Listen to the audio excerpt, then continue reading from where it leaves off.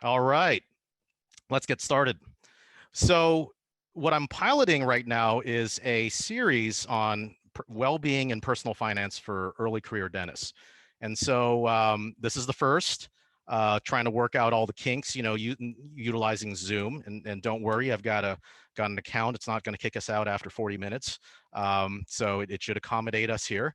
But it's a monthly webinar series that we're going to probably host on Wednesday evenings around this time of the month. Um, and I'm going to give a couple of the lectures, but we're also going to cover some other topics as it relates to finances and and overall well-being. And so far, this is what we have teed up. The first of the series is today's why dentists should care about personal finance. I'll be bringing in other experts and other speakers.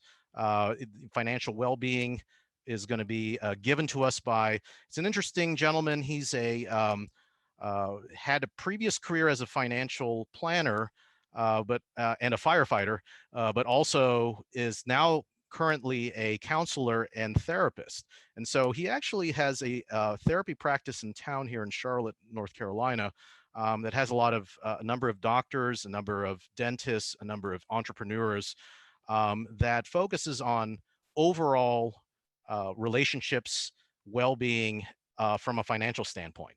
And so he's kind of dual certified. So that's going to be a great lecture. He has a lot to say. He's also married to a dentist, so he can kind of speak firsthand what it's like to live in a dentist household. The third lecture of the series will be in March. I'm going to bring in Dr. Bill Clater. Many of you, especially here in North Carolina, know him really well. He speaks a lot about burnout. He also gives the lectures on opioids. So he's a great resource. He's actually spearheaded a organization here in North Carolina called North Carolina Caring Dentists. He actually has a support group that actually is now beginning to hold Zoom webinar meetings with dentists to just have a safe space to talk about life in and out of dentistry that's not clinical related or business related. We're also going to talk a little bit about associateships, contracts, and private practice, and pitfalls of being an owner, sole proprietor, or partner. I'm going to bring in a colleague of mine to do that. And then I think we'll kind of wrap things up, at least in this mini series, with my final lecture being the Affording the Dentist Life, Financial Decisions, Saving, and Investing. So we're just putting this together. Definitely wanted to share it. Thank you, all of you from all the different programs across the country for joining me tonight or this afternoon in some places.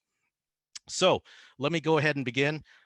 First of all, I'm not a financial advisor, accountant, tax lawyer, finance professional, counselor, psychologist, or therapist. So I'm a colleague, and so I'm an oral medicinist. I have no financial interests in the items mentioned in this presentation. And this information is for education and entertainment purposes. And by the way, please feel free to reach out to me if you have any questions. I don't have all the answers. I am still trying to learn this, along with all of you. And so what I feel is like I kind of just want to impart, the key things that I thought are useful based on my experiences with all of you. So why would you want to hear something about finance from somebody like me? Well, believe it or not, I was in your shoes not too long ago. Well, I think we're approaching almost 20 years now, but only feels like maybe a couple of years ago. But I've done some dumb things with money in the past.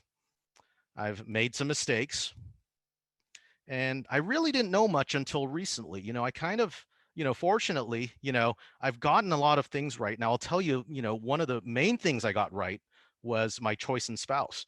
And so my spouse actually, she had a financial planning background. She worked in a bank, sold mortgages and investment products. And so she had a designation, and also came from a background, personally, in which, she had to learn how to, how to be frugal. And so I think kind of I wrote on her coattails, and kind of did some basic things, not really paying attention to it. And, I think we turned out okay, even though we were a one income household. I went into a career that wasn't as lucrative, or a specialty that wasn't as lucrative as, even a general dentist. But I think we've gotten in pretty good shapes. I've only begun to really learn these things over the last few years. and kind of, kind of geeked out on some of these things. And so, I'm still on this journey trying to figure it out. You kind of, me and a lot of my colleagues, probably of my vintage, you kind of hit that mid-career, and you start having kids, and you start thinking about things, and so I'm still trying to figure it out. I'm just hoping to kind of pass it along the way for you guys who are just starting early in your career or just getting started, and hopefully just trying to learn I kind of want to show you some things that I wish I knew back then. Here's the other thing. So when I proposed this topic, it was originally designed for our own residency programs. Um, I there was a sense of relief from our residency program coordinator, because she is constantly inundated with requests from financial professionals to come and speak to our residents. And and usually there's kind of and there's good ones, and there's a lot of good ones out there.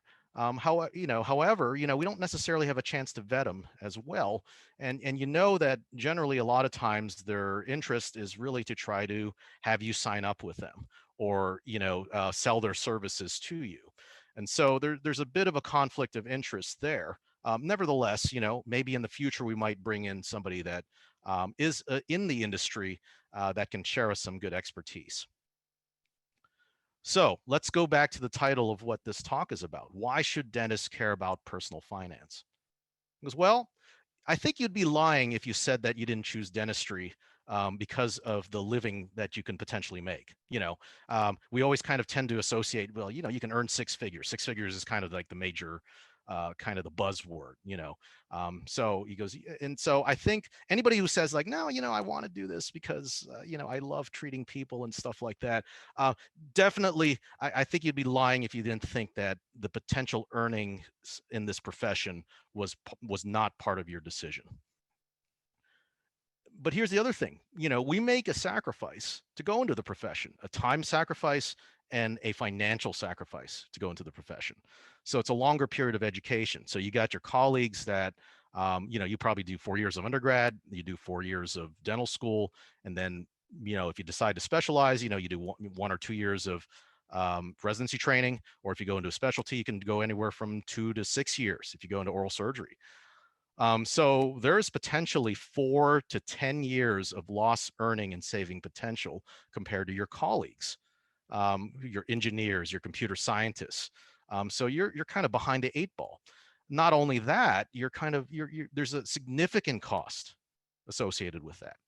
And then on top of that, there's the costs of buying and owning a practice. So we kind of come out of dentistry and our specialty training at a disadvantage, even though we think that there's a potential for earning more.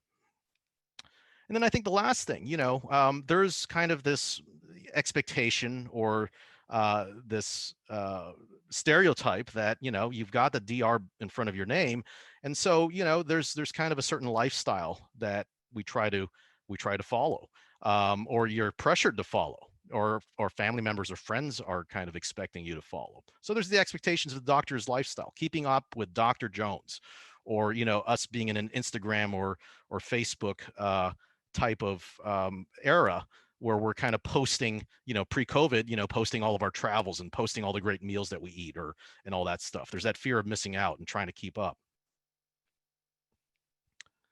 So let me tell you a little bit about myself. And this is probably some stuff that I haven't even shared with my own residents. But, hopefully I can kind of show you, where I was and how that's in common with where you were. So, I got this picture. This is, this is the city of Toronto, how it is right now. However, it's maybe about a third of the buildings that are shown here weren't there when I was a student. I went to the University of Toronto for undergrad. So why is this significant? Well, when you're an undergrad, pretty much everybody that enrolls in some sort of biological science or something, well, what's their intent? Well, they want to go into pre-med, and I was one of them. So were all my friends. So when I was this is pretty much kind of the east side of University of Toronto.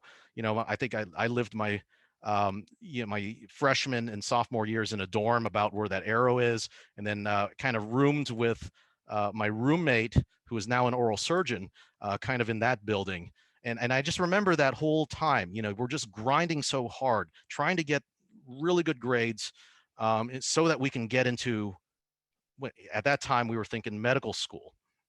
And pretty much, I'm sitting in a classroom. It's 1,000-seat auditorium, all in biology class. And pretty much I would say 90% of the people that were in there were trying to gun for medicine. But what was the natural second choice? Well, dentistry. Well, what did I thought about dentistry? Well, I didn't really know very much about dentistry, other than this gentleman right here. This gentleman was my dentist since I was a child, since I was like maybe 3 or 4 years old, Dr. Phil Hewson. I didn't really know much about dentistry, other than the fact that, I went to his practice. I saw him twice a year. He was a good guy. He seemed pretty happy. Probably was living a comfortable life, but I really didn't know much about dentistry other than that. So then I applied, and, got into dental school. And I really had no idea exactly what I was in for. So, next thing these late nights, in the lab, met some good friends, but, nevertheless, not having an idea of what you were signing up for. And then going into it was kind of a shock. And so, we worked so hard in undergrad trying to get into dental school. Well, what do we do when we're in dental school? Try to work so hard so we can get out of dental school. And so it's such a big relief, when finally you meet all your requirements and they sign you off and you walk the stage and you get your diploma. And so that's about, not too far from where you guys are right now. So going back to that time, when you're that poor college student, you're trying your best to be frugal. You're not earning anything. You're living pretty frugally, trying to go out and drink as cheaply as you can, eating ramen noodles, and also, in Canada, this macaroni and cheese was called craft dinner. That was kind of the epitome of what an economic way of feeding yourself is. And the car that's on the lower left there, that's the car that I drove when I was in the latter years of college and all throughout dental school. And it actually looked exactly like that. It was a 1994 Ford Tempo. Now, it was a great car. It did its job, especially in the winter. I found that no matter how bad of a snowstorm we had, I was able to kind of drive over snowbanks and all that stuff. It was a great car. It served its purpose. So then, you work so hard and you get that acceptance letter into dental school. And I remember when I got mine, that year they decided to double the tuition for the University of Western Ontario. That was the school that I got into. Now, it's nowhere near what the tuition that many of you had to subject yourself to. But I remember having that feeling of both ecstasy and agony, where they said, "Congratulations, you got into dental school. Please deposit," and it was like some sort of obscene 5-figure amount, by next week in order to secure your spot at the dental school. And so I remember going to the bank with my mother, and she saved up all of these money in what we call Canada savings bonds, and we just liquidated them all and deposited it so I can secure my spot in dental school. And then, of course, I had to take out some student loans and things like that. So that's kind of the natural cycle. You get into dental school, you grind it out, and then you hit that point where you graduate and you're just so happy to make it out there. And you're thinking, okay, I think, I'm no longer a student. And so you get that first private practice job, in some sort of private practice. And all of a sudden, for the first time, instead of money exiting your bank account, it's actually entering your bank account. And that's just a great feeling, just not, seeing your bank account actually grow, and you're just so happy, life's great. So you're thinking, you lived all these years, being a frugal student. I'm starting to get money into my bank account. I've been driving this car. Maybe it's time to get a nicer car. And so, I remember when I was a dental student, I was talking to some people in the class ahead of me. And I remember this one guy, he was 1 year out of dental school, kind of bragging to me how he already bought 2 BMWs. And I was thinking, oh man, that's great. And instead of eating craft dinner and ramen noodles, let's start spoiling myself. Let's start eating a little bit better. And then let's take some nicer vacations. And then here's the American dream. I've been paying rent. Why am I throwing money into rent when I can pay a little bit more, build a little bit of equity, and get that house? Home ownership, that's the ultimate American dream. And then you kind of progress, you could progress through your career and you start to have children. And then you decide that that house that you bought is no longer, the right size for you. You need to upside. You need room for these kids to run around. And so you need a bigger house. And, we need a bigger car. That four-seater is not, it's not going to do it. Um, and then, we got to send our kids to the best, we got to provide them the best education. So it's either we got to move to a school district, usually the school districts that have the best ratings are higher costing, or you send them to private school. Well, that's an arm and a leg. And then on top of that, we got to start taking some vacations. Let's reward ourselves as a family. Now this is something that's, pre-COVID, but that's kind of the natural cycle. I went through it. My colleagues went through it. That's what, that goes with it. Well, there's this thing that's called lifestyle creep. And you're going to find, quite quickly, you know, these things start to add up. And so that's a reason why dentists should care about personal finance. However, practicing as a dentist is a highly paid trade, which means your income is still directly correlated to your time and your work. And so it's a high income earner trade. It's no different than if you were if you were a lawyer, if you were a physician. All of these professions are still highly paid trades in which your income is directly correlated with the time you put into it and the amount of work you put into it. Unless you become a business owner or something, or have some other investments that generate passive income. And so how much you need to earn dictates how much you need to work. And so with that in mind, these are the questions you got to ask. How many hours do you want to work on a weekly basis? How many weeks do you want to work on a yearly basis? How many weeks do you want to take vacation? How many years do you want to work? Do you want to work until, do you want to go full out, full tilt, up until 65 or maybe longer? What do you want to do in those work hours? What kind of dentistry do you want to practice? Or, what exactly do you want to do? And then where do you want to work? And we're going to kind of touch upon these issues here, starting with how many hours. So thanks to all of you who kind of filled the pre-webinar poll. And so we got a handful of results. And so these are a couple of the results that we got. I plan on working in my primary job the following number of hours per week. And so a good number of you, probably a little over a third, said whatever it takes. So the 60 hours plus, and that's great. 40 to 60, about a quarter of you answered that. 24 to 40, probably an equivalent number. Now, probably, I think the answers would be a little bit different if you polled people my age. I think it would probably skew a little bit more towards, towards the blue and the orange, and you'll probably have a few that are still showing up. I think that number is going to be a little different, for people that have, 20 years out into their career. I plan on working in my primary job full time and it looks like 25 to 35 years. I know the average person in residency training, you're probably in your late 20s, maybe early 30s in some cases. So, that would take you to about, 60 to 65. So that sounds about right. There's a few that, a couple that said, what is retirement? And, that's probably, that's, I've seen folks that work all the way into their 70s, 60s and 70s, probably have way more energy than I do. There's not one right answer. It's really trying to figure out, what is your answer? What is it for you? So time is more valuable than money. You can get more money, but you can't get more time. And so I'm really honing in on this. And so when we looked at the average salary in 2019 for the American Dental Association survey of dental practice, they said that the average net income for dentists in private practice in 2018 was $190,000 for general dentists, and significantly higher for specialists. And so they didn't really know what the answer was for a recent dental school graduate. And so the estimation, I think, based on the data that they had, was about 150,000. For somebody that was fresh out of, probably the 2 to 3 years preceding that. And among this group of dentists, half earned between 98,000 to 180,000 annually.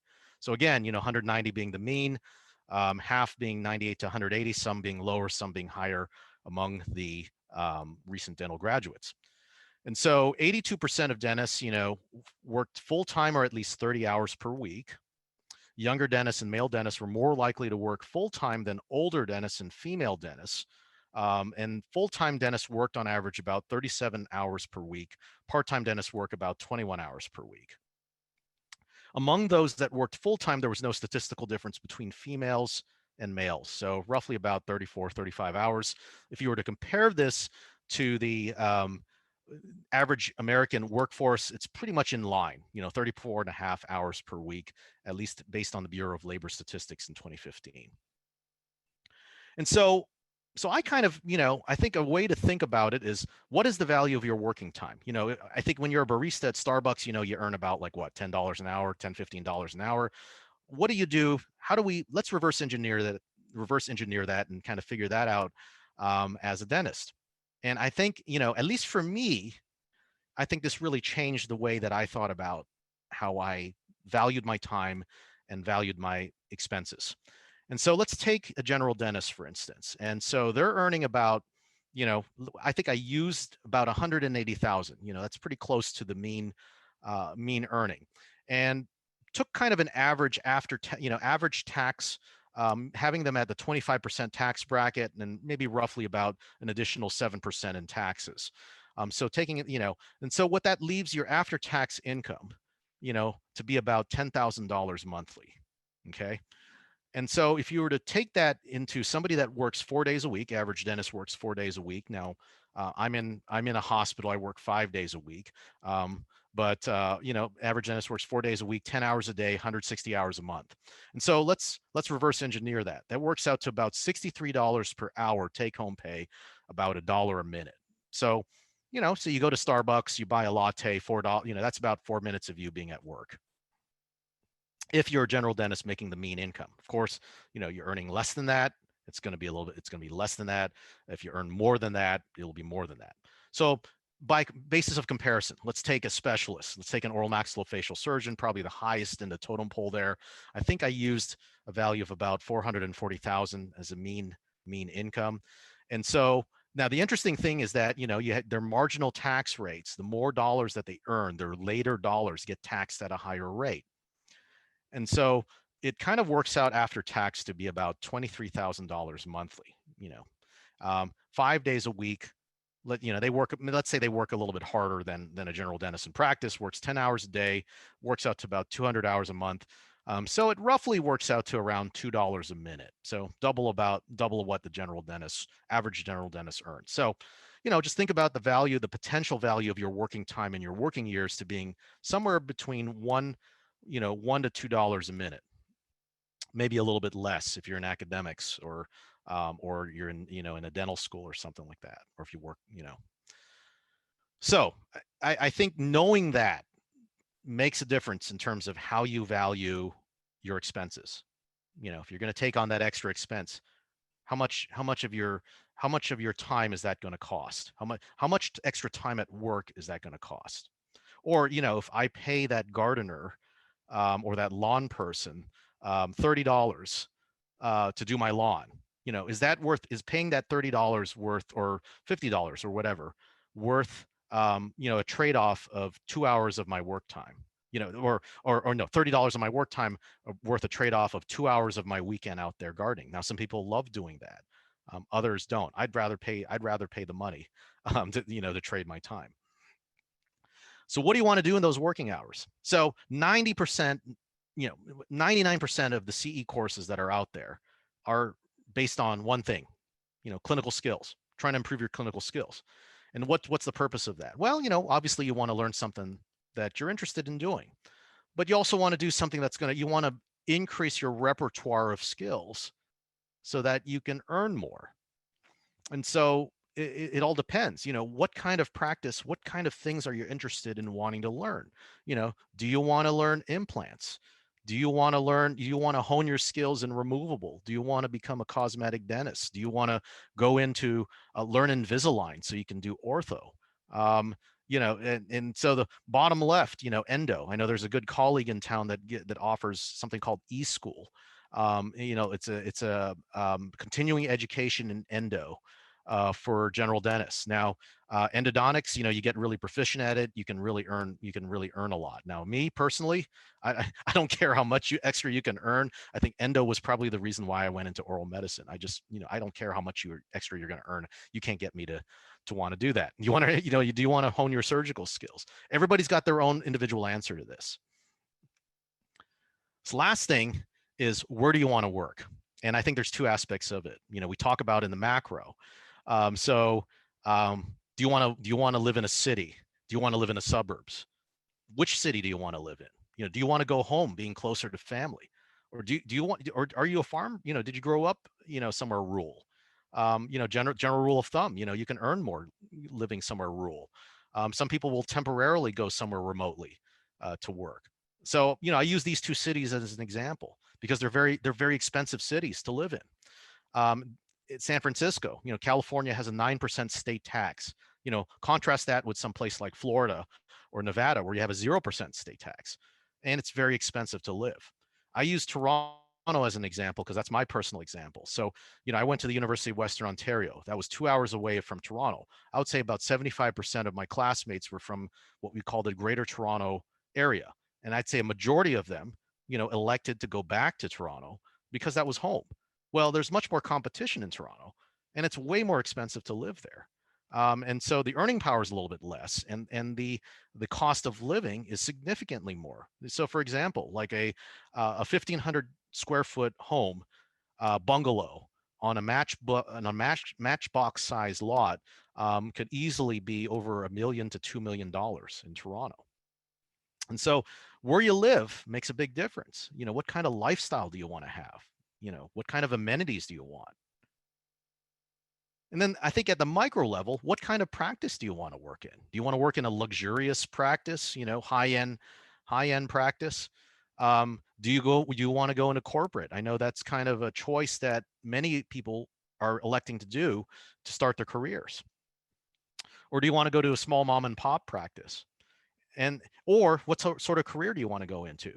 So, we interview a lot of folks for GPR, and many folks will start off by saying, I want to go into public health. Well, you gotta kind of know exactly what's the trade-off in terms of earning, potential earnings while you go into public health.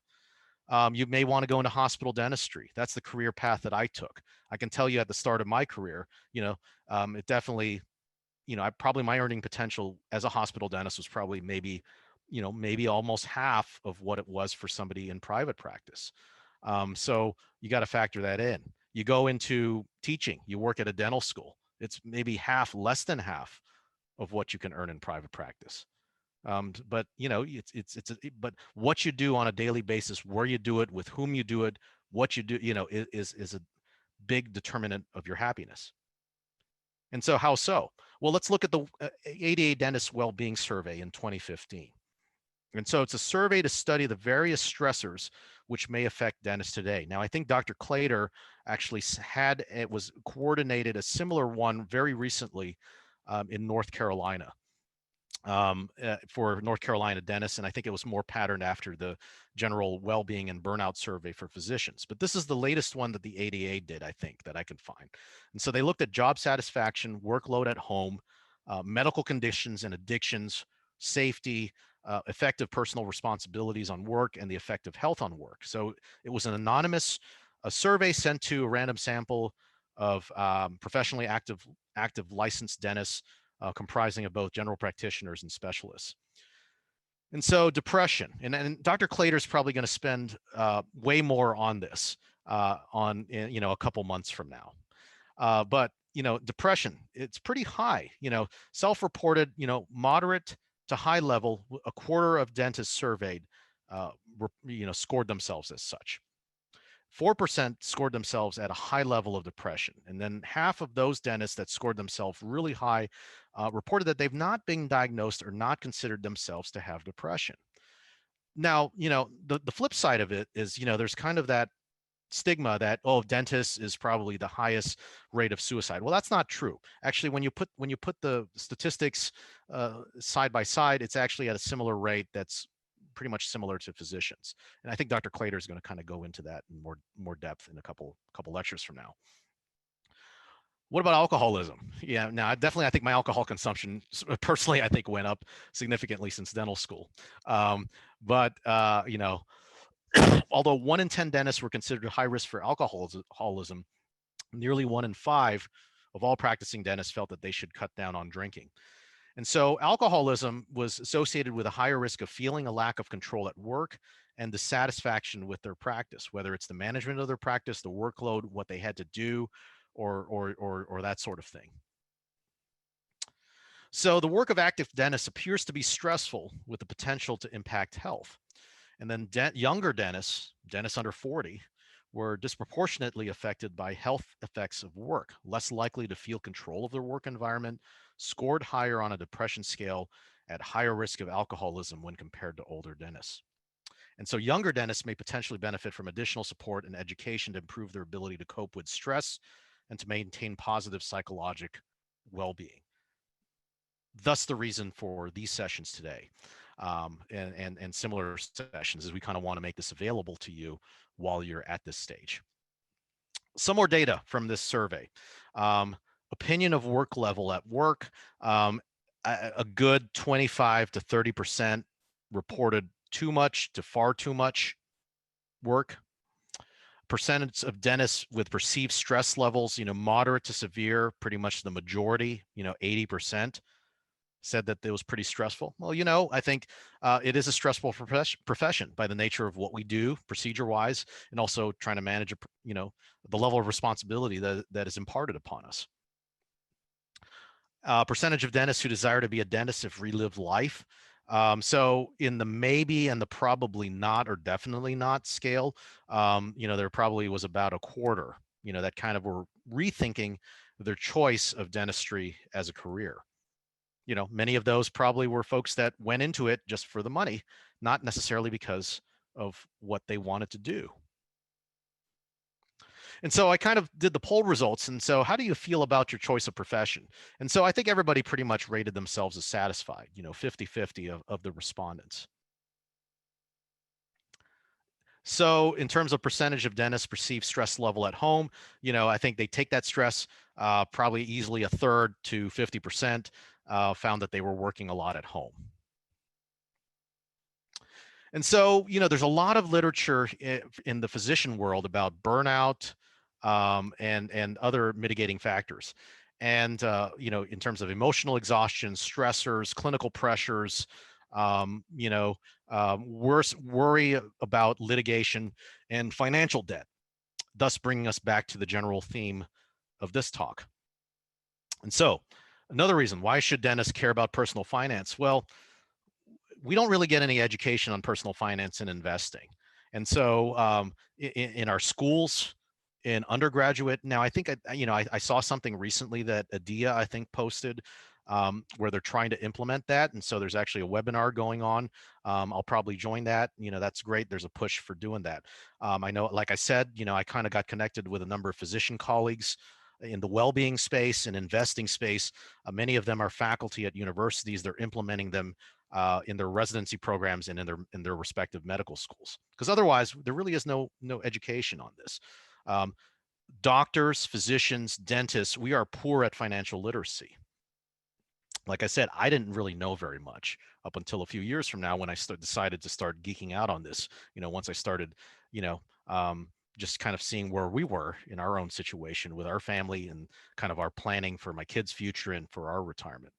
And so, one of the studies, Dr. Ahmad from Washington University School of Medicine, he's a pediatric emergency physician, great speaker, kind of speaks on this topic, conducted a study with their residency programs.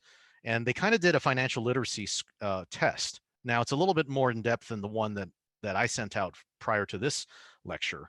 But they found that the mean score was 52%. And almost half of those surveyed owed more than $200,000. And then they also found that residents and fellows had a low financial literacy and investment risk tolerance, high debt, and deficits in financial preparedness. And so again, I want to thank you for the handful of you that decided to fill out the survey. and the quiz. And so what are the results? How did you do? Well, the average score was about 68.75%, and there was a range from 25% to 100% on some basic personal finance questions. I think I asked about maybe 15 questions in total. Now, and also among those that went through the survey, you know, how do you feel about your own personal finances? And I think 50% of you felt pretty comfortable. 40% almost, you know, said neither comfortable nor uncomfortable, and 13% of you were uncomfortable and dissatisfied. So let's get into this. So what is this? So we're going to kind of get a little wonky here, but you know, this is some basic accounting. This is also basic personal finance. So whether it's your own personal finances, whether it's a business that you're running, there are two components that you got to know. First is your income and expense statement. You know, that's a that's a kind of a snapshot of over a period of time of what went in and what went out. And then the other component of it is your balance sheet. You know, what are your assets, things you own, versus your liabilities, things you owe. And so the two components for a business and for personal that you need to track are these two things. And so when let's zero in on the balance sheet. You know, when you got your assets and your liabilities, you know, your assets minus your liabilities is what is known as your net worth. And so I'm going to spend a little bit of time on that because that's kind of the measure. That's really kind of the measure of wealth as we know it. You know, the goal is to grow your assets and to shrink your liabilities. Grow what you own and decrease what you owe. And so whenever we hear about the richest people in the world, you know, Elon Musk. Now, Elon Musk recently, I think, overtook Jeff Bezos as the richest person in the world because of Tesla stock, you know, skyrocketing, you know, very recently. But, you know, we hear about the richest people in the world, you know, Elon Musk, Bill Gates, Jeff Bezos, Warren Buffett. And well, how are they measured? What gives them that title? Well, it's based on their net worth. And so your theoretical net worth is your assets, you know, your home, your car, your savings, investments, your business, the value of your business. Now, most of these multi-billionaires, most of their net worth is tied into the value of their business, minus your liabilities. Those are your mortgages, your loans, your student loans, your credit card debt, your business debt. Now, we talk about what your theoretical net worth is, and that's what you report, but then there's also your practical net worth. Well, you know, generally in the calculation of this, your home and your car are considered, you know, because there is a monetary value to it. But I think for all intents and purposes, you know, I really don't think that these are assets. You know, to me, assets are something that's liquid, something that you can actually use, something that actually generates income. Well, homes and also maybe homes and cars actually cost you money. And you can make an argument, yeah, your home's an asset because it appreciates. But as long as you're in it, you know, it's not really doing very much for you. It's an expense. So that's the difference between your actual theoretical net worth and your practical net worth. Now, what's the biggest asset? And that's you. And that's going to come into play when I talk, you know, at kind of the latter portions of this talk here. The other part here is business debt. You know, we talk about debt, all debt being negative. Now, the one exception is business debt, as long as it's done responsibly. You know, if you're going to take out debt to get something that's actually going to generate income for you or grow your assets, that's probably a definition of good debt. Now, I personally don't think a home mortgage is considered good debt. So when you have a lot of liabilities, that can, you know, you can easily fall into that mousetrap. And so let's go back to the poll. To reach financial freedom, retirement, I think I'll need to accumulate or save up. And so you know, I set different numbers, and you know, perhaps that probably varies for different people. And I think, you know, the magic number seems to be $1 million. So, so it looks like among the participants, you know, I think we had a number of different opinions: 1 million, 2 million, 3 million, and 4 million. I think when I give my talk later on, you know, we'll kind of talk about how, you know, $1 million sounds like a very lofty goal. It also sounds like a lot of money.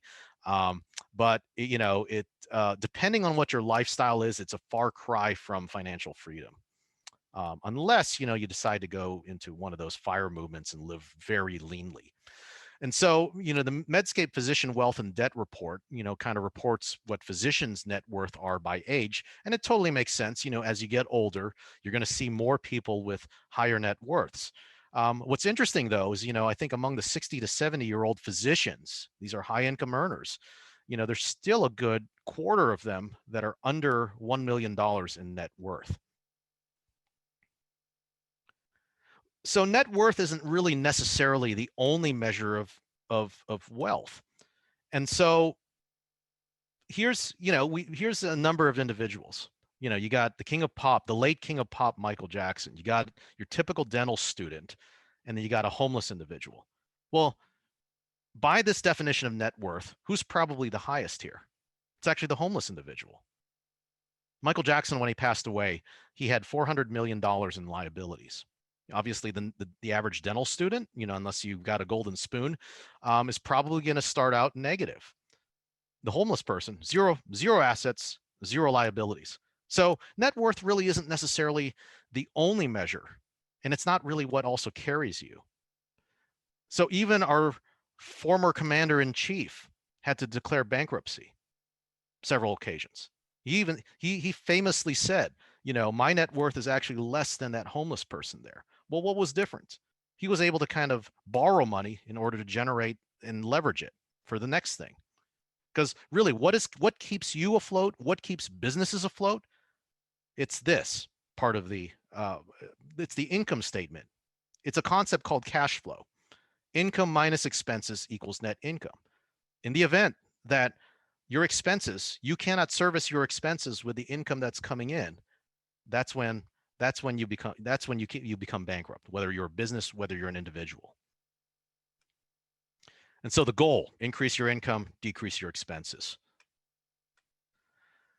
So generally, here's a chart that kind of shows, where, income in related to life expectancy. And there actually is a correlation showing a direct correlation with higher income with higher life expectancy, both for men and for women. So many of you residents, you're probably sitting about right here, at about just shy of the 50th percentile. So you're actually earning about what the average American household earns. And so when you get out of residency training, you're probably a starting dentist salary probably sits around here, probably at about the 80th percentile. And maybe the average general dentist salary sits around here, maybe 88 to 90%. And then, I always have to throw in, the oral surgeons and the orthodontists and the higher income generating specialists, probably in the 98th percentile. But there is a direct correlation between income and life expectancy, statistically. And so a lot of these concepts and slides are from somebody called Toby Mathis. Now he's a tax lawyer from a tax firm, an asset protection firm that we actually work with also in our investments. He gives some very good webinars. I highly recommend it. So I kind of stole some of his things because I thought they were very valuable. But one of his sayings is, assets feed you, liabilities bleed you. And what does that mean? Well, assets are things that generate income, keeps the cash flow going. Liabilities are things that are an expense. You got to pay in order to service that liability. So what's the typical scenario for a dental student or any student for that matter? Well, most of the time, unless you got a part-time job, you probably have no income. And so what do? You take out student loans and credit cards to pay for your expenses, to pay for your daily living expenses, and to pay for your tuition. So as a result, your student loan debt increases, your credit card debt increases. So that's a typical dental student. Now this looks like probably the typical American. And this is what we call the losing loop. You generate an income, you've already got some sort of debt, whether it's a mortgage, credit card, car payments. You use that enough to service your liabilities. And then whenever you need to take on an additional expense, you use debt to generate that. And that's kind of what we call the losing loop. And that's what happens when you're in the rat race, living paycheck to paycheck. Now you're thinking, well, is this only unique to young individuals or low income individuals? Well, no, it's not. So this kind of shows us the debt since the 2009. 2009 was the great financial crisis here in the global financial crisis. And so mortgage debt didn't really go up that much. And that's because, a lot of those homes that appreciated in value and those mortgages that are underwater ended up being written off.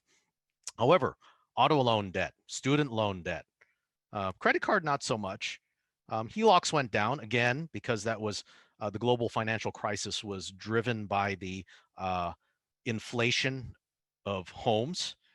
So that was a correction from that. Back in 2008, people were taking, home prices. People thought that their homes were going to continuously appreciate, and so they were doing zero interest loans, and they were taking out HELOCs on their homes to buy another home or to fund that renovation. Um, that's since been corrected since 2009. Personal loans have gone up. Retail card loans have since gone up since the great financial crisis. So liabilities as a whole has gone up.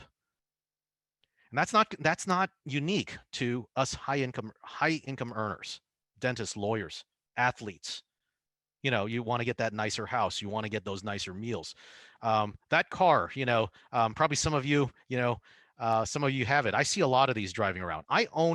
We owned two of these in the past. It's a Mercedes GL. If you buy this brand new, this is $100,000 car. Now we bought it used for less than half of what it went for new. Once our family grew, kind of fell into the trap, need a bigger car. My income went up, so I said, let's get a nicer car with that. Now I can tell you that thing was probably beautiful car. Really enjoyed driving it. One of the nicest cars I've ever driven. Ridiculously expensive to maintain. Um, I think at one point we were able to pay that car off free and clear. The cost of maintaining ended up being more than the cost of servicing debt payments on a brand new Honda Odyssey, which is now our current car. So we had to make that choice. And also we had an additional kid and it just couldn't fit in that car. But that's my personal story about that car. That's why I included that one. We want to take nicer vacations. So let's go back. What's the high income earners losing loop? Well, you find, you're getting those nice big paychecks. That lifestyle creep kind of comes into play. You have children, so those expenses go up. You're thinking, let's take nicer trips, let's eat nicer meals, let's buy nicer stuff, let's spoil ourselves a little bit more. Well, let's buy that bigger house, let's get that nicer car, let's take out a loan on that. And so servicing those loans is a monthly expense. Well, here's the other thing. And I've seen friends of mine just recently do this. He said, well, I'm going to go ahead, and my house has appreciated, and I'm going to go ahead and take a HELOC so I can build that rec room, or build that pool, or buy that boat, or buy that second home. And so they're using a liability, something that they already have a debt on, to fund another liability. And so that's the high income earners losing loop. And then you have a situation like we had last year where COVID hits. You got to shut down your practice. Or in physicians, you get furloughed. Well, these things are still going on. What happens? You're living paycheck to paycheck. All of a sudden, that steady stream of income that you had is no longer there. I've seen it. So what are our liabilities? The biggest ones, our biggest expenses. So, you hear all this stuff, which applies to probably most of the population. But when you're a high income earner now, saving $3 or $4 on that daily latte is not going to be the difference between you retiring or not. What's really going to make a difference is reducing your biggest liabilities, your biggest expenses. It's the big things. And what are those? It's housing, it's your car, it's your student loans, and it's your credit card debt. That's the way. Tackling those is going to be the quickest way to for comfort and financial freedom. So car debt since 2015, has risen. So from $360 billion in the United States to about 460. Now you can see there was a little bit of a downtrend in 2020 once COVID hit. People weren't buying cars during COVID. Now I think in the time preceding that, there was actually a record amount of people underwater in the equity in their car. In other words, they owed more in their car than the value of their car, trading in those cars that they were underwater on to upgrade to a new car. Well, what's the biggest trick that car dealerships do to us? Well, they don't, it's not really the cost of the car, the total cost of the car. They usually will try to phrase it in. He's like, well, it's going to be $500 a month. And then you're thinking, yeah, I think I can hack that. If I do another $500 a month, well, that doesn't sound so bad. And so let's go trade in that car. Let's get a nicer one. Student loans. My overall student loan debt, number of you, thanks for again. I do not know who answered what. It's totally anonymous. What we found is 25% of you had no student loans. 25% of you actually had over $500,000. And then I think a number of people that were in between. And so the average dental school tuition has gone up astronomically since the year 2000, and so non-resident tuition is almost doubled. And well, actually both of them, resident and non-tuition, is almost doubled since the year 2000. So I graduated in the year 2002. Now I know, again, like I said, the year that I got in, they raised tuition. They doubled it from the previous year. However, it was so I think at least in my school, University of Western Ontario, I think it doubled from, I think 10,000, about $7,000 to $8,000 a year, and it doubled to about 20 grand a year, the year that I got in. And so, so it's really gone up. And by the way, it's gone up, dentist incomes hasn't gone up at that same pace either, or general incomes haven't gone up at that pace. Inflation hasn't gone up at that same pace. Average educational debt, back in 1996, 179,000 for private, up to 291,000, 100,000 for public, more than doubled, since 24 years ago. Student loans in general since 2007. In 2007, it was less than $200 million. We're now at $1.6 trillion, in just a matter of less than 12 years, 13 years. I mean, that is just astronomical. As a basis of comparison, the gross domestic product, all economic activity in the United States is 21 trillion. So 1.6 trillion, that's about 1/15 of that. So, I kind of was looking at some boards, and here's some question. I've been talking to my family members in the dental field, and basically they're telling me it's a huge decision to take on so much loans until I get accepted into my school. And that I have to take $300,000 to $500,000 in loans after graduating. I would need to have to work full time in a high stress environment for 7 years just to pay it off. However, I'm really interested and excited about the work. However, I'm starting to doubt it because dental school is highly stressful and I have this debilitating loan to pay off. Any thoughts? And so this was some of the answers. Some, was like, I would not attend dental school if it cost me 300,000. And when are you going to start a family? How are you going to try and stay ethical in your practices, knowing you're probably learning procedures just because of the money? May not even be necessarily something you like to do. Credit card debt on top of that, mortgages, everything adds up quickly. So threshold under 200,000, my child will not be attending dental school, period. Another response, husband graduated with 300,000 in debt. He's been working 6 days a week as an associate. It's been very stressful. They're living at home. Their plan is to buy a home. I don't know necessarily why, that's because it's the thing to do. They're living with their parents, but I think we're under pressure, societal pressure, cultural pressure, buying is better than renting. I'm beginning to see the dental school will only be worth it if my loans stay under 200,000. What's confusing is how little pre-dental or even current students know about the financial burden of dental school, and dental schools will continue to get thousands of applications, which will drive the prices higher. Last answer, what is sad to me is how high debt is ruining all of these great careers, medicine, dentistry, law.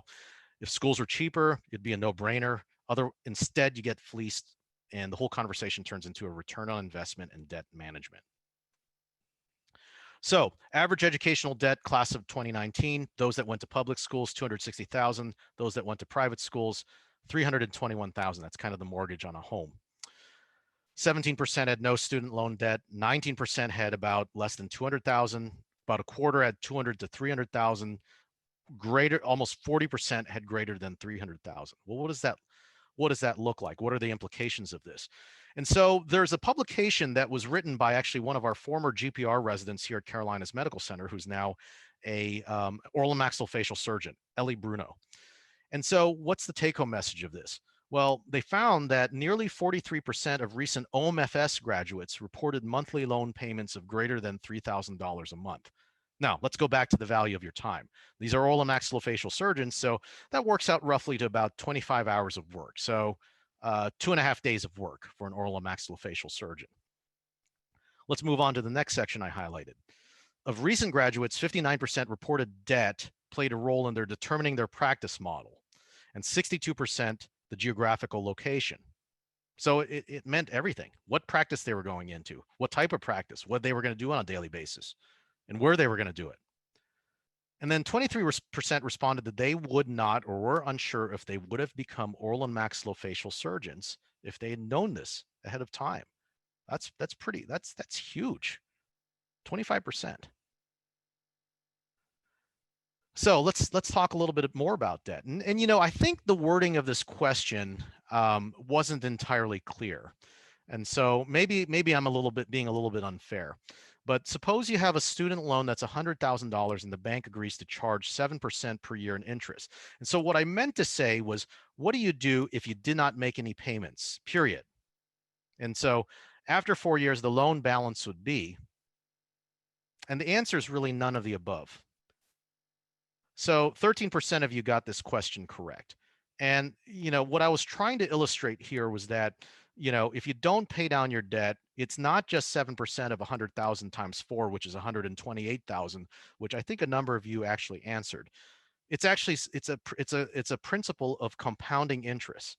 The real answer to this, if you did not make any payments, which is not a, you know, it's a hypothetical situation, is that you would have 131,000 of debt after 4 years. And so the rule of 72 can be used both ways, for debt and for generating wealth. And so what is the rule of 72? Well, really what it is the doubling. If you've got an actual principal amount and you find out what the annual interest rate and you compound it, if you take the principal amount and divide it by the interest rate, that will roughly tell you what the doubling time is. And so for instance, that $100,000 loan, if you didn't make any interest payments and you divide it by a 7% interest rate, roughly 10 years, that would be double. That 100,000 would be 200,000. And the same can be said for investing when you're accumulating. But what's the implications when we're talking about student loans? Well, Jimmy Turner, who's known as the physician philosopher, he's actually an anesthesiologist, famous physician blogger who I kind of pattern a lot of this material after. He's got a great book, Physician Philosopher's Guide to Personal Finance. Highly recommend it if you're trying to get started. He says that every borrowed dollar you spend will cost you $1.5 to $2 to pay off later. So just think about that. So if you got $300,000 in loans, it's going to cost anywhere from $500,000 to $600,000 to pay off in total. Now, how many minutes does that work out to? Again, put it back to the value of your working time. So these are actually examples that were posted in the IDEA site. And so they posted a scenario. If you had $300,000 in student loan debt, interest rates based on the interest rates at 2019 graduates, no aggressive repayment, you had a starting salary of $180,000, it's for a single person. What are the scenarios? And so if you were a candidate of the pay-as-you-earn program and made standard 10-year payments, it would actually be $3,900 per month for 10 years. And that would result in $470,000 of total repayment and $170,000 of that being total interest. So let's again break this down to the value of your working time. What does that work out to if we were to use the dollar a minute example? That's about 65 hours of your working time if you're a general dentist making the average general dental salary per month. Again, it's just a rough estimate, but it just kind of gives you a perspective. Now, in brackets, I use 32 hours if you were a oral and maxillofacial surgeon or orthodontist or maybe some pediatric dentist. Now, if you were to do a 25-year term, it would be close to a $700,000 total repayment, with almost $400,000 of that going to interest alone. And so and so again, translating that to the value of your working time, that's pretty much almost 1 week of your working time a month being just alone from an average dental salary going back to servicing your debt payments for your student loan, just your student loan. That's before mortgages, that's before car payments, that's before everything else. So I kind of wanted to also highlight public service loan forgiveness. And, it's probably more prevalent for physicians. It's not as prevalent for dentists. Although, unless you decide, you want to go into public health, or you want to go into academics, or you want to work in a hospital. And so you may want to consider it if your debt to income ratio is greater than 1. Now, qualified employers are nonprofits, so hospitals, 501c3s, and government agencies. Loans must be federal. You can't consolidate it or refinance it into a private loan, um, and they must be consolidated. And so what's the savings here? Going back to that original scenario. Well, you only end up paying $186,000 if you make total repayment over 10 years, because it can be forgiven at year 10, or after 10 years of service, and a good 380,000, almost 381,000 forgiven tax-free. And so that's kind of a great deal, as opposed to having to pay, 600,000 over your lifetime. That's only if you want to work in this particular environment, which typically pays less. So what about federal versus private loans? Well, federal student loan interest rates, for 2020 to 2021 is about 2.75%. Federal rates for unsubsidized graduate loans are a little bit higher. Private student loan rates could be sometimes lower than federal rates, but you have to have excellent credit. We'll talk a little bit about that. If you have got good credit, you may be able to refinance to get a lower rate. So shop around. Shop around, figure out if you don't plan on participating in public service loan forgiveness, shop around, see what the lowest rates are. You can refinance more than once. Recommendation is doing so earlier if you don't qualify for the pay as you earn or repay and are not pursuing public student loan forgiveness. So one of the recommendations is the beginning of residency, if you do residency, or 6 months after beginning your post-residency job. You can get cashback bonuses, other benefits that the bank apply to multiple. You don't want to just apply to one company. You want to apply to multiple companies. The other thing is that when you look at the advertised rates, they aren't necessarily going to be the rates that you get, because it's all highly dependent upon your credit score. And so again, these are the advertised rates. This is where you can get it. Private student loans, fixed. The variable rates are a little bit lower for obvious reasons, because they can fluctuate.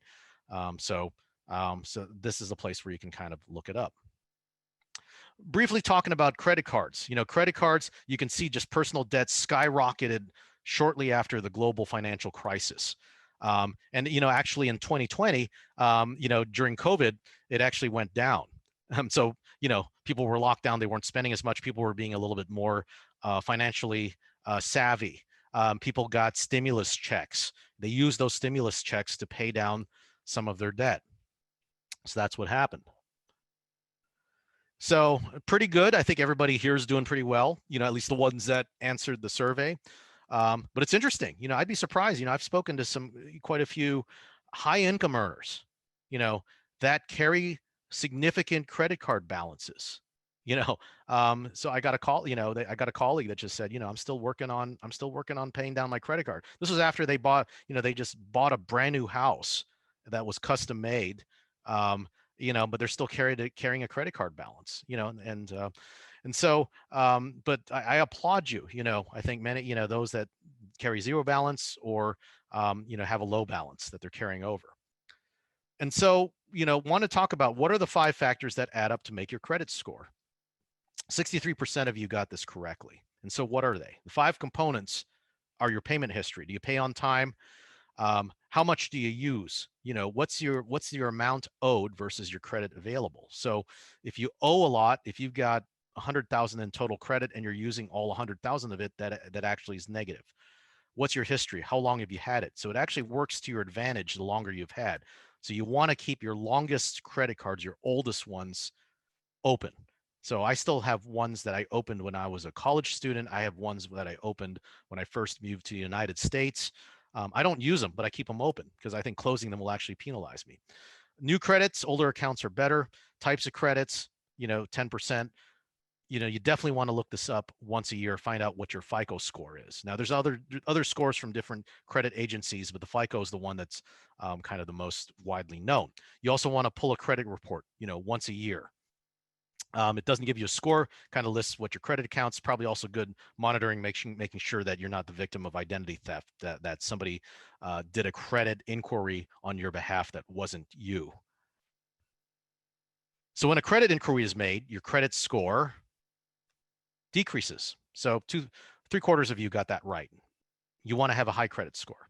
Generally, as your credit score increases, the interest rate you're charged on a loan also decreases. 75% of you also answered this correctly.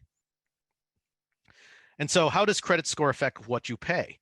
And so, if you have 100 to 150 point difference in your FICO score, it can make a probably like 150 basis difference. Now, when I say basis, that's 1/100th of a percent. So you'll hear this term, basis points. So having the best credit score is 4.3, having the worst credit score is like 5.9. And now if you had a $200,000 30-year mortgage, that's going to cost you, almost $100,000 over the lifetime of your mortgage. So do have a good credit score. Credit card interest. The average credit card interest is 18.61% for new offers and 15.09% for existing accounts as of April 2020. So it's just tremendous. Now, we talked about the doubling score, so if you didn't pay that credit card balance off, that credit card balance is going to double in 5 years, roughly, if you carry that balance.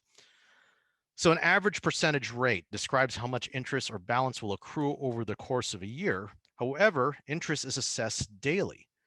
And so if somebody tells you that you have an average percentage rate of 15%, it's actually assessed to you at 15% divided by 365 days per year.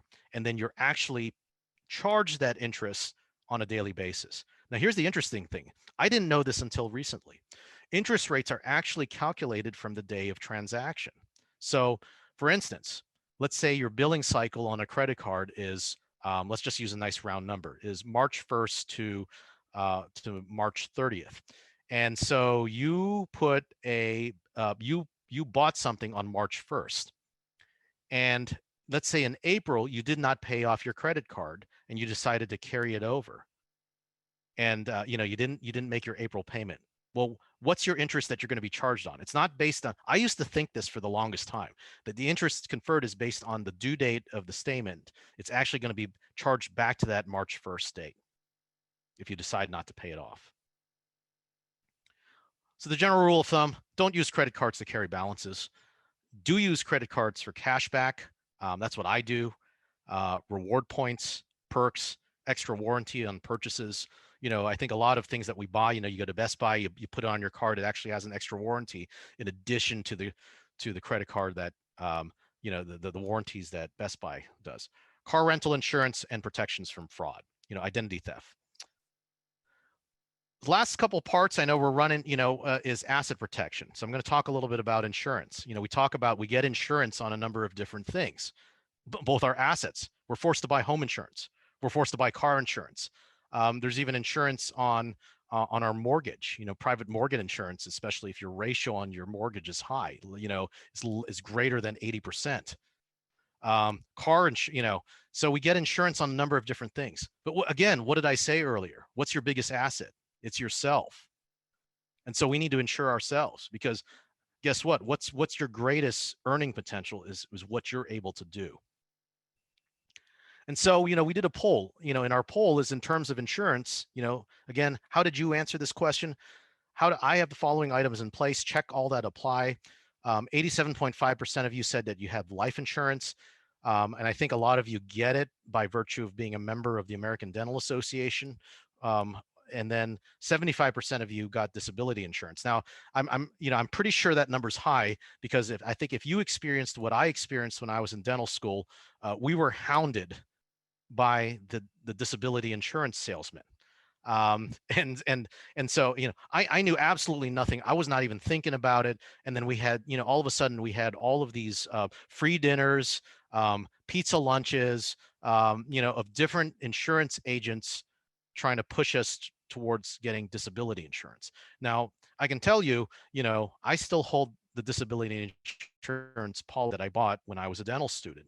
And when I did my research, it's a very good one. So I don't think I was fleeced, but luckily it was out of ignorance.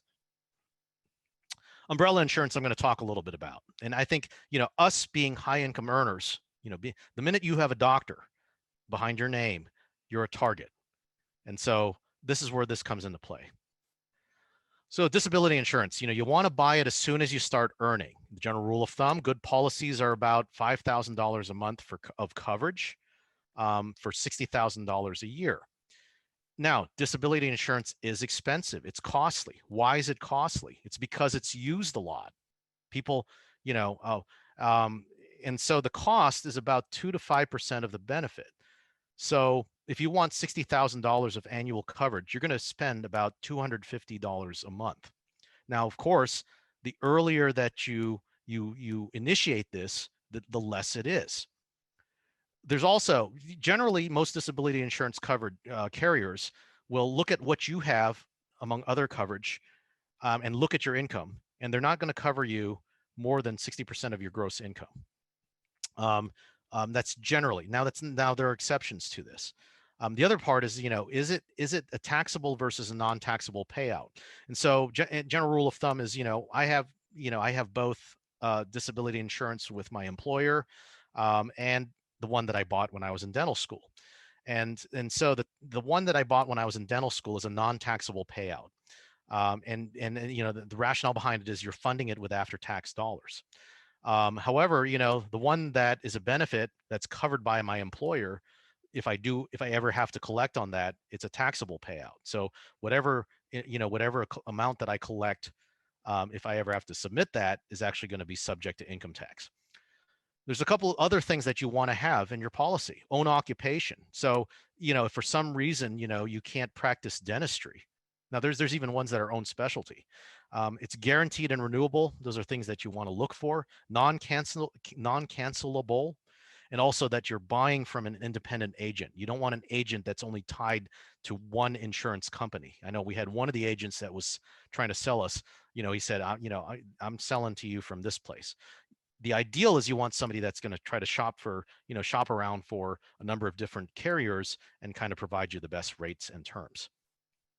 And so 1 in 7 actually end up using this at some point of their career. I had a classmate that ended up using this within the first year of their work. He had a ski accident. He broke his thumb. He was out of commission for a few months. He ended up collecting on his disability insurance within a year of dental school. Other riders, for future purchase options. So maybe you don't want to get the full coverage. You don't know how much you need to cover yourself. So you want to be able to either the future purchase option or the cost of living option. Now, the way mine works, every year on the anniversary of your policy initiation, you get a letter with the opportunity to increase it. And usually they'll say, okay, let's look at your income. And then based on that, we can increase it for a certain amount. Of course, if we do this at a later date, the older I am, the more it's going to cost to do it. But you want to have that option. Cost of living, retirement contributions. Let's say that you can't contribute to your retirement fund because you're not generating any income. So there are certain riders that will kind of cover for that. Residual protection, partial disability. Most disability insurance, it's all or nothing. Either you can't work, period. But what about if you can only do certain things, or you can only do it for a certain number of hours? You want to have some residual protection. The other thing, waiting periods. They range from 30 to 365 days. I think the average is about 90 days. And why? You want to save an emergency fund of 3 years of expenses, before you have to tap in and get disability insurance. And generally, of course, the shorter the waiting period, the higher the premiums. So talk a little bit about life insurance. Life insurance agents often receive 80 to 100% of the first year's policy premium as commission, then smaller commissions over subsequent years. So 15 to 25% of the total amount that you pay. And that kind of reflects into the fees. And so one popular vehicle is whole life insurance. And so it guarantees payment of a death benefit to beneficiaries in exchange for level, regular, non-changing premium payments throughout the life of the policy that goes on until you die. Now, the premiums go into 3 different buckets. They go into your death benefit, the actual payout if you do die, commissions and fees, and also this third bucket called cash value. Now, A number, no, what is the cash value? Well, it's kind of a savings and investing portion that is alongside of the death benefit. So with every premium payment, the cash value increases. So it's kind of marketed to you as an investment and a savings vehicle. And the insurance company puts part of your premium payments into a high interest bank account or investment account. Sometimes it may mirror the stock market index that increases at a guaranteed rate or pays out dividends. And the savings component, interest may accumulate on a tax deferred basis inside that account. So what are the advantages of it? Well, some high income earners, or actually very wealthy, actually use this as their vehicle. If they've maxed out retirement accounts. Now, I read somewhere actually Joe Biden actually has 4 whole life insurance policies, as one of the stores of his wealth. They withdraw money from the cash value, or you can take a loan against it. So if you got a cash value that's accumulated over time of 300,000, you can take a $300,000 loan against it.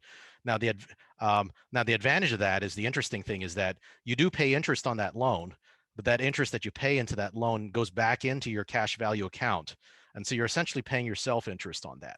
What is the other thing? Well, if that cash value rises at a particular guaranteed rate, even if you've withdrawn that 300,000, it's actually that 300, it's going to act as if that 300,000 is still going to grow, that you haven't pulled it out. So whatever you've accumulated at that time, that balance actually still grows at that guaranteed rate. And so that's one of the advantages, and that's one of the things that they're marketed for. You can also get the cash value if you decide to end the policy. If you cancel it, minus the fees, you can get that, you can pull that out. However, it's very expensive. I kind of did some research. Premiums are about anywhere from 5 to 20 times the amount of an equivalent 20-year term life policy. So that's a lot. That's a big chunk. What else? The cash value accumulation does not kick in until paying premiums for several years. So you may put in quite a bit into that policy before you even have greater than zero cash value. And then the cash value needs to be spent while you're alive. It's not lumped in with that death benefit. Now, but here's the thing though, many people are going to approach you guys as both a wealth accumulator and a retirement plan. And I've highlighted kind of the reasons why. Now, universal life is kind of similar to a whole life policy. It's a form of a permanent life insurance, just like the universal life. However, there's a little bit more flexibility. It's called adjustable because it differs in that you have the liberty to reduce or increase the death benefit and pay premiums at any time or any amount. Now, I think the most recommended, and if you read all the physician financial bloggers, and this is what I'm doing, is term life insurance. Why? Because it's the cheapest. We talked about it's 1/5 to 1/20th the premium. It provides coverage for a specific period of time for a fixed premium and with no cash value accumulation. So, it's not a store of wealth. And most people will tell you, don't mix insurance with retirement. Premiums are 1/5 to 1/20th of that of whole life. I think I kind of looked up some life insurance policies for some people that are, age 28, for like a $2 million policy, it's about like, for 20 years, it's about $50 a month, or it was something like that. Now, I think one of the questions that we get is, how much do you get, especially when you're starting out? Well, when you're a resident, the recommendation is, get enough to pay your current debts and then 1 to 2 years of full income. So maybe a good amount is $500,000, and then with the option of buying maybe more later on. And so then once you start getting older and you have a family and you've got dependents, who are going to rely on you to support them, that's when you need to get a significant amount. And so you want enough to be financially independent. Now, I remember a few years ago when, my wife recommended we need to get, a $2 million policy. And then I was thinking, I was like, I got to watch, I got to watch whatever is thrown into my coffee. I'm much more valuable dead than I am alive, but, I think once you start having kids, you realize, I'm the sole income earner right now in our household. You need this, in order to support my spouse, to support my kids, in order to get them through college, to pay off all of our debts. And it's very inexpensive. you can get, I think $150 to $300 per month for a $3 to $5 million coverage, although for 30 years. Although I think, again, I think we looked it up and it was about $50 a month for, you can get it for as low as $50 a month for $2 million coverage for a 20-year term. So how much do you need? So there's two formulas I'm going to give you. One, and these are taken straight out, I think, both from the financial residency CPA, not CPA, financial planner Ryan Inman. He's got a great book. He uses this formula: monthly expenses times 12 months times 25 years, plus your remaining mortgage amount, your estimated children's college costs in the future, other large ticket items or liabilities, and non-forgiven private student loans. And then you subtract out whatever your current nest egg is, whatever college savings you've accumulated for your kids, and then round it up to the nearest million. So it's a little bit more complicated, but it's probably the most accurate way of calculating it. So I think I kind of did this number, and I think for us, I thought that the number was about $3 million. Now, a more simple calculation, and I think this one was from Physician Philosopher. I could be wrong. It's just simply to take 10 times your annual salary plus your debt and minus your savings. And so, but again, your salary doesn't really dictate what your expenses are. You could be earning a lot, and so that's why that one's not really useful. But then you may not know exactly what your monthly expenses are or your annual expenses are. So that's maybe just a nice round number to kind of go after. So lastly, I want to talk about umbrella insurance, and it's an extra insurance policy that provides protection beyond existing limits and coverage of other policies. So let me tell you a horror story of a colleague of my uncle. My uncle's a physician, and so he had a colleague that got into a car accident and they had some sort of issue with their eyesight, but not enough that would impact their ability to drive or their ability to work. And I think they got into a car accident, and the victim of the car accident, they found that it was, the error was on the part of this physician. And the victim of the car accident, found out that they were a physician and sued them. And they sued them and they won, because they found out that this physician had this eye issue, and they were awarded a significant settlement. Well, what happened? Well, that settlement was significantly more than their car insurance, and basically it had to tap into that physician's personal assets, whatever it is, or their home, whatever savings they had, in order to pay for that judgment. And so what protects you from this? Umbrella insurance. And so anytime that you get into a car accident, you want to increase your coverage, for your auto and your homeowners. Somebody slips, if you live in a place that has snow and they're walking on your property and you didn't shovel the snow and they slipped and fell, and then they found out that you're a dentist, target on your back. So you want to increase your coverage, and it's not that expensive to do so. $300,000 to $500,000. Last few minutes I'm going to talk about financial advisors. And so the main thing you want to do is know the true costs of your financial advice. And how financial advisors are paid. I said again, we have a lot of financial advisors itching to come in and give talks to you guys. Why? Because they want you to be their clients. You want to know how they're paid.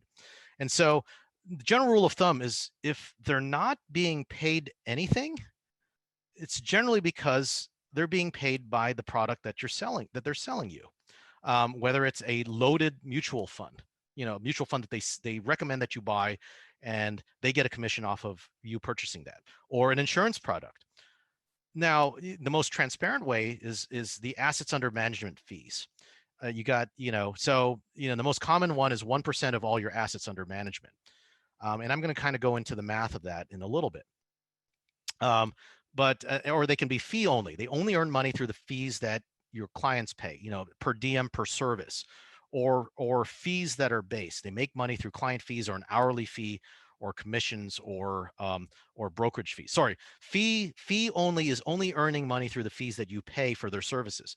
Fee based is making money through commissions or fees from the selling of their products.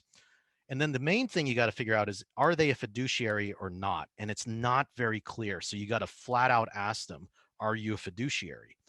General generally financial advisors charge a flat fee of either $1,500 to $2,500 for one-time creation of a full financial plan if they are fee only. It's probably worth it. Sounds like a lot right now if you're only earning 30 to 40 to 50,000 a year, but I think paying that little bit can be a lot unless you learn how to do it yourself. Roughly 1% of assets under management is probably what they pay for ongoing portfolio management.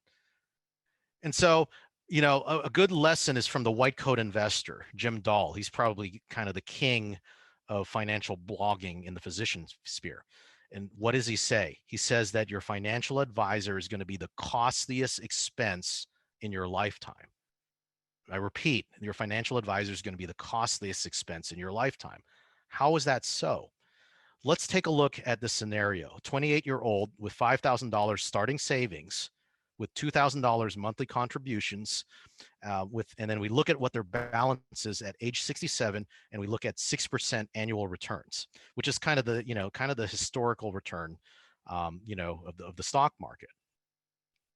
And so this is what they come up with. And so they, if they did not have a financial advisor, or if you just had 6% returns, their portfolio would kind of grow to $2.8 million by the time they're age 67. Great. What happens if you were to pay 1% of assets under management every year? Well, your 6% turns to 5% returns. And what's the difference? Well, actually, let me go one step back. Now, there's a lot of services that charge. They're called robo-advisors. Based on algorithms, they'll charge like a 0.5% annual fee. Now, this is, I kind of did something similar to this where we put it into kind of a managed portfolio, and they charged, I think, between 0.5 to 1% of the annual fee. Well, if you were to shave off 0.5% of 6%, that costs you about $464,000 over the lifetime of this. Now, if you make that 5%, that 0.5% into 1%, it's going to cost you $864,000. Now, it's not $864,000 going to your financial advisor, but it's just the lost in compounding earnings that you had because of that percentage difference. So this is how we can illustrate that your financial advisor is going to be the most expensive expense that you will have in your lifetime. But it doesn't mean that it's not valuable. And I'll go into that in a minute. So, fiduciary standard, make sure that they are a fiduciary. What does that mean? That they are legally bound to work in the best interests of the client. They are registered with the SEC or some sort of state security regulator. And these are questions that you ask when you interview these folks. Typically compensated by assets under management fees. And if they don't act in the best interests of the clients, they can be sued in a court of law. So they want to make sure that what they're doing, what they are investing your money in, whatever financial plan they come in, is truly in your best interests. Now, it's not a requirement, because one step below is what we call the suitability standard. And so stockbrokers, I had an account with TD Ameritrade. They weren't a fiduciary, even though they said that they were in the business of financial management. They were broker-dealer representatives, insurance agents. The insurance agent that we bought our disability insurance, who actually was our financial planner. We're still with him because we like him. We like the advice that we give him. He's not a fiduciary, though.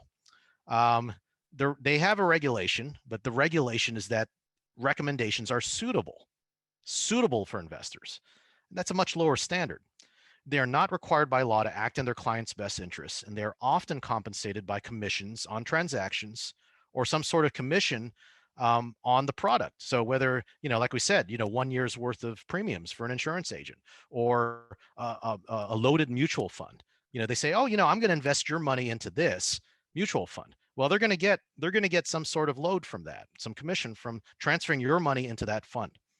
That's how they get compensated.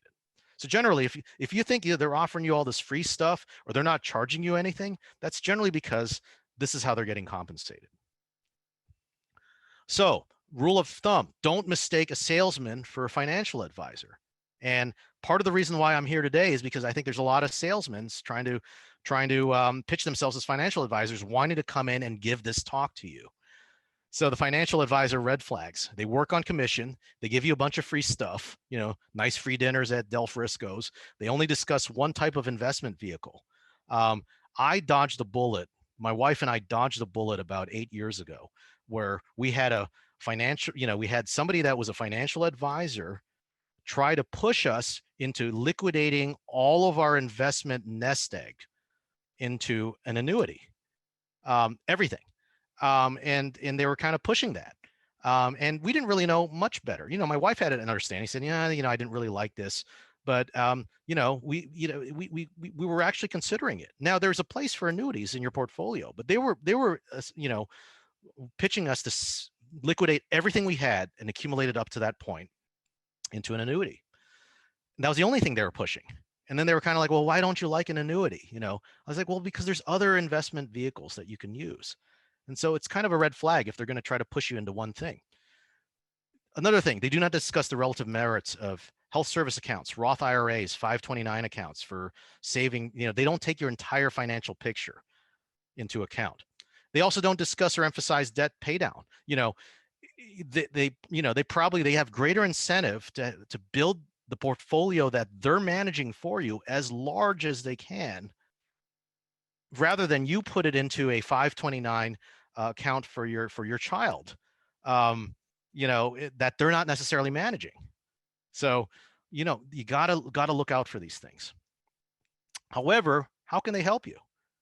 Well, they will manage your portfolio, asset allocation. They can generate returns, but you got to make sure that their service is going to generate returns probably greater than maybe just putting your money in an index fund. And so maybe you would have generated 4%. Maybe they can generate 6% for you. So that makes a difference. Planning for goals, debt pay down, savings, and retirement. You want somebody that looks at your entire picture. Education about different vehicles. You want to learn about all these different things other than just from me. Counseling and advice, investment and capital allocation. Navigate, what are the different types of investments? What is a stock? What's a bond? What's the advantage of putting it into this ETF? You want to learn about these things. Navigating market ups and downs, that's probably where their biggest value is. So you have a situation just like last March where the market dropped 30%. And if you were managing your own portfolio, you're thinking, I just want to pull all my money. Market's going to go down.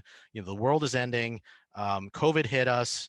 My money's going to go to zero. I'm going to pull out my money. Well, what would have you done if you pulled out your money in March of 2020? You would have missed the gains. We're now back to all-time highs since then. A lot of people did that. Well, a financial advisor is going to try to stop you from doing that. And I think the last one is you don't have the time nor desire to manage your portfolio. So we had our portfolio managed. It generated excellent returns for us. I kind of became geeked out on this and learned how to do it myself. Taken some courses. So I enjoy doing this stuff, but most of you probably don't. So I'm going to kind of wrap things up. I know we're running long. Thank you for those of you that are sticking with me. Take home pearls. Personal finance is important to dentists because they determine how much you need to work, what you do, where you do it, how much you do it, and how long you do it. How much you need to earn dictates how much you need to work. And then you need to know that the value of your working time. That will determine on the decisions that you make, what you buy, what new expenses, what new liabilities you're going to take on. I think that $4 cup of coffee at Starbucks isn't really going to make a big impact. However, like I said, the example, paying $30 a week to get somebody to cut my lawn, that's going to make a big deal. It's going to buy me a lot of time. That's going to buy me 3 hours of my time. Income doesn't equal wealth, but net worth isn't the only story either. Assets feed you, liabilities bleed you. Cash flow is king. Cash flow is what keeps you afloat and alive. Reduce your liabilities because your liabilities is an expense. It's a negative cash flow. And then protect your greatest asset, which is yourself, via insurance. And then the last thing, financial advice is the biggest expense you will have, but it can help you. So choose wisely. So I'm definitely definitely vet it, definitely learn. Don't just leave it. Know a little bit of something.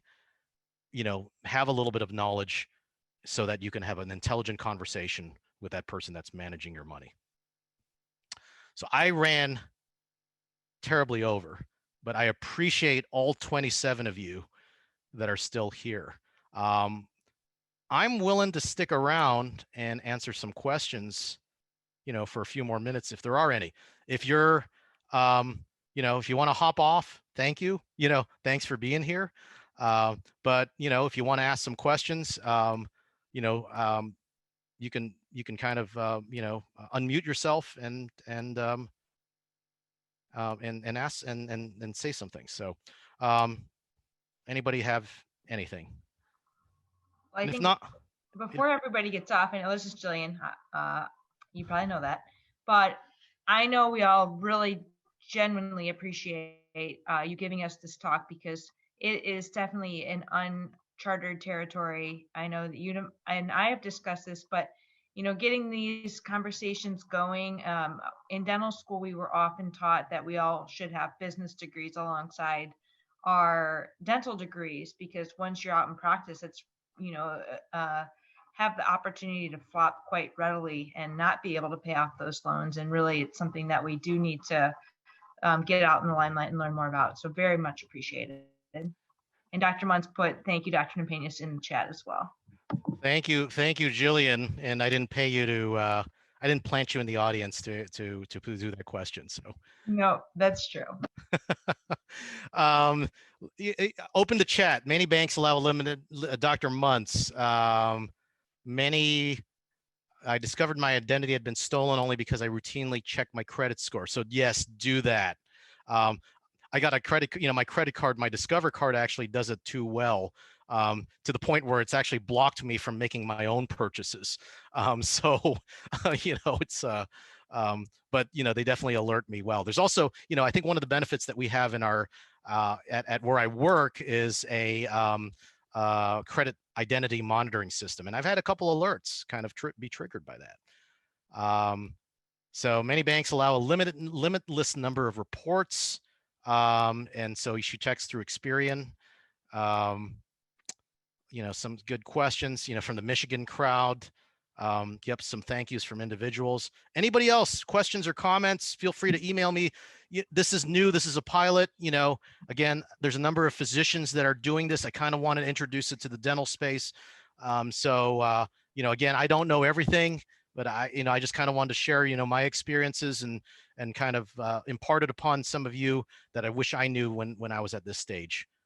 And Dr. Napenas, I kind of, I could have a robust discussion with you about this, but just coming from an oral surgery previous history of that being a residency I was enduring, and looking at the income potential, we also have to assess most are going to that 6-year program, which requires that 2 years medical school. That's an additional debt to consider. If they're going into loans, especially as those medical school tuitions are increasing, should you go to a Northeast or a higher costing medical school, and that's just another thing to consider when people are choosing their specialty. Because in dental school, we see that as a very high earner and learning along the way, especially if you become injured, ill, or can't practice, not always banking on your capacity to practice until you're 75, like many people sounded like they were ready to do, or for those hours. We have to remember this is a very physically and mentally demanding career that we're all getting into. It So is. your body might decide before your brain does. Sounds glamorous and great, when you're 28 and you're just starting your career, but yeah, 20, 30 years I've seen some 70-year-old, 60 something year old oral surgeons that I can't keep up with, and the power to them. But yeah, great point. And there's an interesting thing also. The White Coat Investor actually wrote a good article about the unique situation of dental specialties, because dental specialties, well, number one, dental school tuition is much more than medical school tuition. Number two, if you decide to specialize, well, not all specialties pay a stipend or GME funding. And so you're actually paying tuition, just like you are, and like the situation that you just outlined there, Dr. Riggert, regarding having to pay medical school tuition, and having that factor, your decision, so it's kind of unique. And so that's why the oral surgery study was kind of really, really useful. I'd be interested to see, if there was a similar study for perio, but, it's different than, physicians that are having to, that get paid $50,000, $60,000 a year for their training, where, as opposed to a dentist going into a specialty and having to pay tuition for it. So. And even in oral medicine, your specialty of choice, there's differences in our own residency, whether they're paid for. or not. And then, like you were saying, sometimes specialties you are getting into them, but they are a lower cost than or lower income earners than the general dentistry practices, even some pros or academic settings. So it's just I very much appreciative that you brought all that to fruition in this discussion we had today. So thank you. Yeah, appreciate it. I'm going to throw in a couple points, but I'm going to answer this question first because they're probably hanging in there until I answer that question. Well, actually, it'll probably be my last slide here. But I lost my train of thought here. The associate. Let me kind of go to the next. The associate contract seminar is probably tentatively going to be in April. So next month it's going to be financial well-being from the financial therapist. Ed Combs, who's married to a dentist. Following month, it's going to be generally well-being, and so that's March, and then April is going to be the associate contract, and then I'm going to double back, hopefully in May, talking more about the nuts and bolts about investing and wealth building and getting started on these things. But unless anybody wants to speak up, I know I went well over, but I appreciate you all for hanging in there. And I think definitely we'll see you next month with and thank you for your attention. Have a great one.